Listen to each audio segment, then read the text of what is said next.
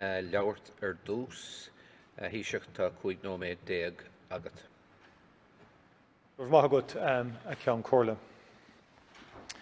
It is the duty of a republic to be willing to hold itself to account, to be willing to confront hard truths and accept parts of our history which are deeply uncomfortable. This detailed and highly painful report is a moment for us as a society to recognise a profound failure of empathy, understanding and basic humanity over a very lengthy period. Its production has been possible because of the depth of courage shown by all those who shared their personal experiences with the Commission.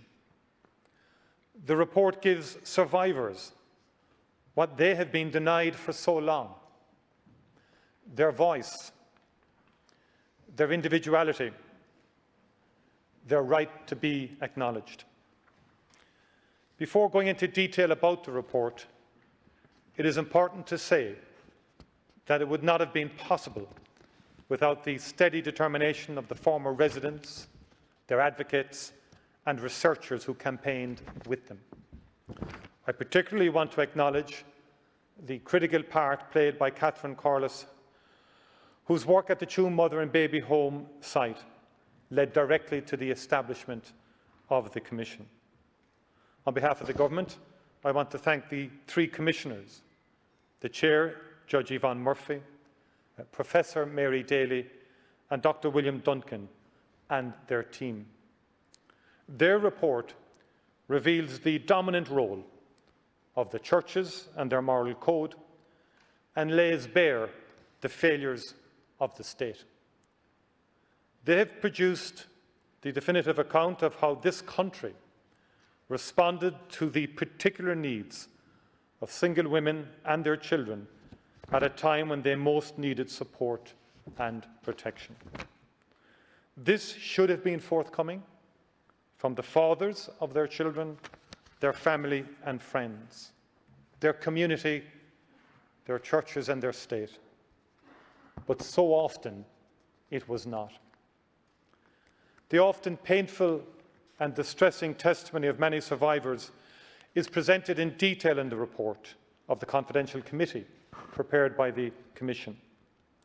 Reading the Commission's findings and the report of the Confidential Committee, the most striking thing is the shame felt by women who became pregnant outside of marriage and the stigma that was so cruelly attached to their children.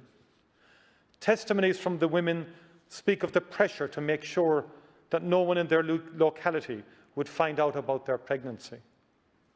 One speaks of not being allowed to return to school after becoming pregnant because it would bring shame on the school. Extracts from witness accounts shine a light on the attitudes that women encountered. I was treated like a second-class citizen by my family. Society had an obsession with hiding everything. Quote from one. "Nobody will want you now," said the mother of a witness, 14 years old, when it was discovered that she was pregnant. "Get her put away," were the words of a father of a 19-year-old when told of her pregnancy. In the earlier decades covered by the report, witness testimony describes how a dearth of sex education often left young women confused and unaware of how and why they had even become pregnant. Some of these pregnancies were as a result of rape and incest. Children born outside of marriage were stigmatized and were treated as outcasts in school and in wider society. Some children who were subsequently boarded out experienced heartbreaking exploitation, neglect and abuse within the families and communities in which they were placed. This was unforgivable. The sense of abandonment felt by many of these children is palpable in the witness accounts. The circumstances of their birth, the arrangements for their early care, the stigma they experienced, and the continuing lack of birth information is a terrible burden in their lives. Many Mothers, children and fathers left these shores to escape this unfair judgment and lifelong prejudice, and because they thought it was the only way to protect their families' reputations. While many have built good lives for themselves, many did not overcome the impact which these formative experiences had on their lives, and may have suffered and struggled with many serious personal problems. One of the clearest messages of the testimonies in this report is how this treatment of women and children is something which was the direct result of how the state and we as a society acted. The report presents us with profound questions. We embraced a perverse religious morality and control, judgmentalism and moral certainty, but shunned our daughters. We honoured piety, but failed to show even basic kindness to those who needed it most. We had a completely warped attitude to sexuality and intimacy, and young mothers and their sons and daughters were forced to pay a terrible price for that dysfunction. To confront the dark and shameful reality which is detailed in this report, we must acknowledge it as a part of our national history. And for the women and children who were treated so cruelly, we must do what we can to show our deep remorse, understanding and support. And so on behalf of the government, the state and its citizens, I apologise for the profound generational wrong visited upon Irish mothers and their children who ended up in a mother and baby home or a county home. As the Commission says plainly, they should not have been there. I apologise for the shame and stigma which they were subjected to, and which for some remains a burden to this day. In apologising, I want to emphasise that each of you were in an institution because of the wrongs of others. Each of you is blameless. Each of you did nothing wrong and has nothing to be ashamed of. Each of you deserved so much better. The lack of respect for your fundamental dignity and rights as mothers and children who spent time in these institutions is humbly acknowledged and deeply, deeply regretted. The Irish state, as the main funding authority for the majority of these institutions, had the ultimate ability to exert control over these institutions, in addition to its duty of care to protect citizens with a robust regulatory and inspection regime. This authority was not exerted, and the state's duty of care was not upheld. The state failed you, the mothers and children in these homes. The report brings a considerable amount of previously unknown information into the public domain. It has exposed the truth once hidden to reveal significant failures of the state, the churches and of society. Women were admitted to mother and baby homes and county homes because no supports were forthcoming from any other quarter. They were forced to leave home and seek a place where they could stay without having to pay. Many were destitute. In the personal testimonies of how many mothers ended up in these institutions, the priest, the doctor and the nun loom large. The sense of oppression, even at this distance, is overwhelming. Mothers, terrified by the consequences of their pregnancy becoming known to their family and neighbours, entered mother and baby homes to protect their secret.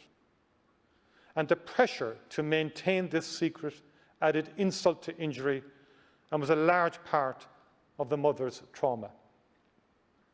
Conditions in the homes varied. Before the 1960s, living conditions in many private Irish households were generally poor. In the congregated settings of mother and baby homes, poor sanitary conditions had much more serious consequences for disease and infection control. County homes, as well as Kilrush and Tuam, are identified as having appalling conditions. Conditions in other mother and baby homes were better and improved over time.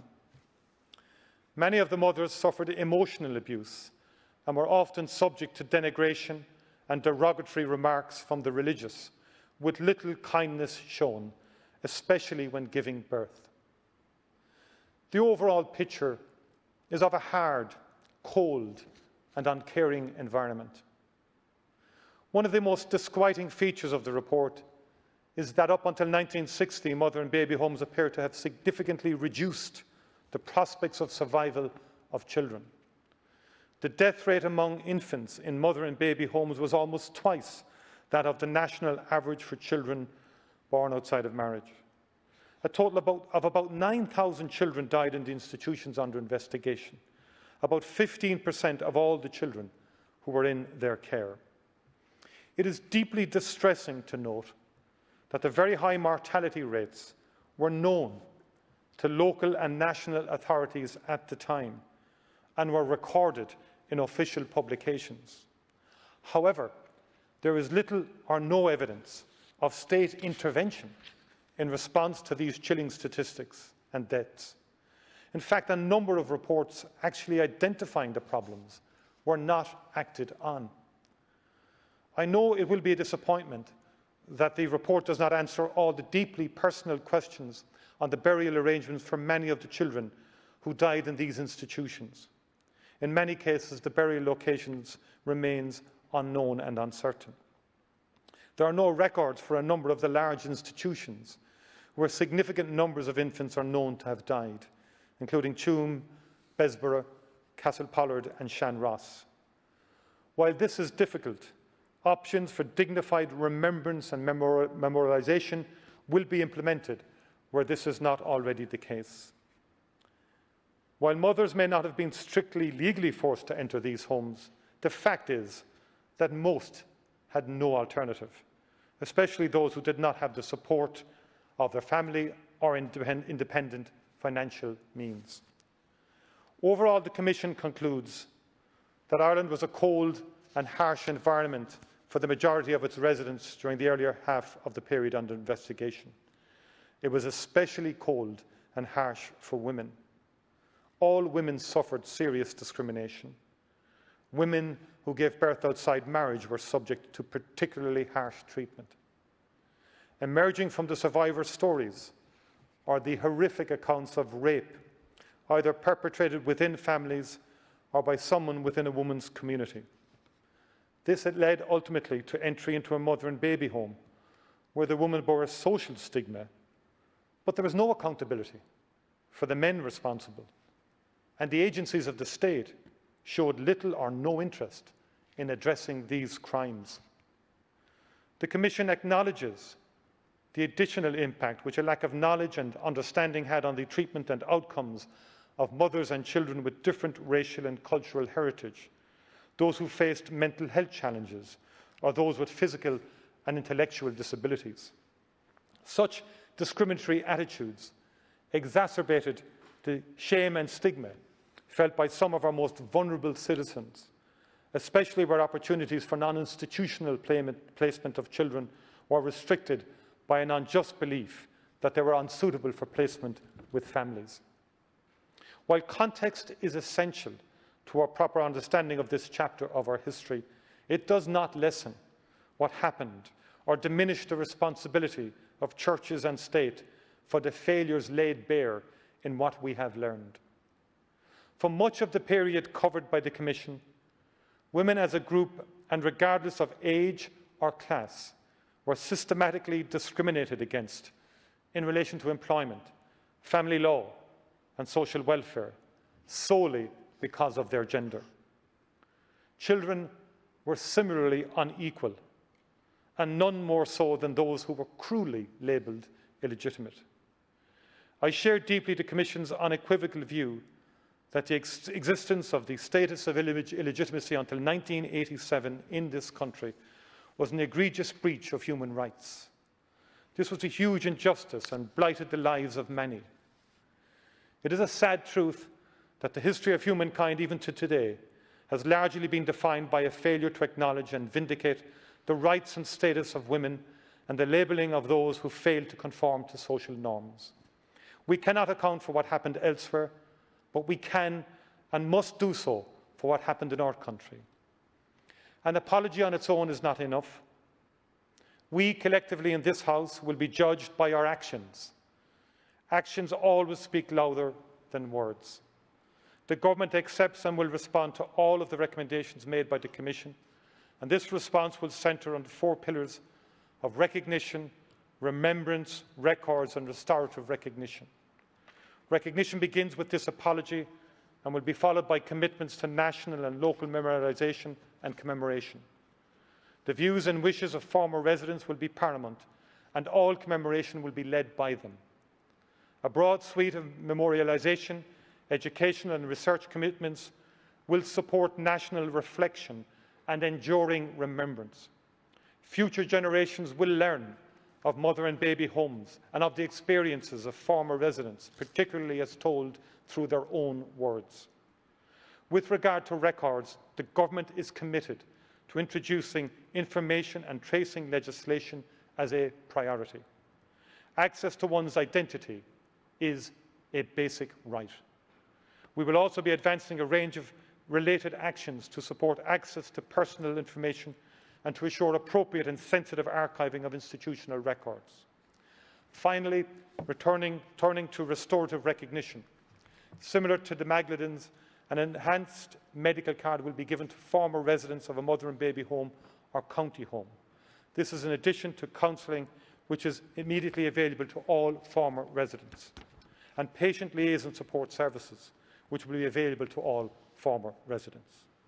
The Government will also design a scheme of restorative recognition for former residents, and an interdepartmental group will report back to Government on this as soon as possible. All of these commitments will be advanced in a survivor-centred manner, with ongoing communications and engagement as plans are developed and implemented. As a nation, it is important to understand and accept the failings of our past. Important but not sufficient. We must also learn from them. We have adopted national and international laws which oblige us to follow a different, more humane and rights-based approach. There is in place and being further developed a wide range of social services completely absent from much of our history.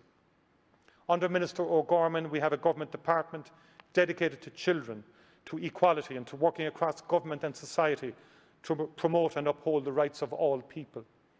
The Citizens' Assembly is examining further measures to address structural inequalities in relation to gender. It is looking in particular at how we can support and respond to the needs of those with caring responsibilities. Through our laws and policies, our systems, structures and services, our actions and our words, we must always seek to create a more just society, grounded in respect, diversity, tolerance and equality. Continued investment in education, especially for those at the margins and the most vulnerable, is the surest way of making sure that we do not repeat the past.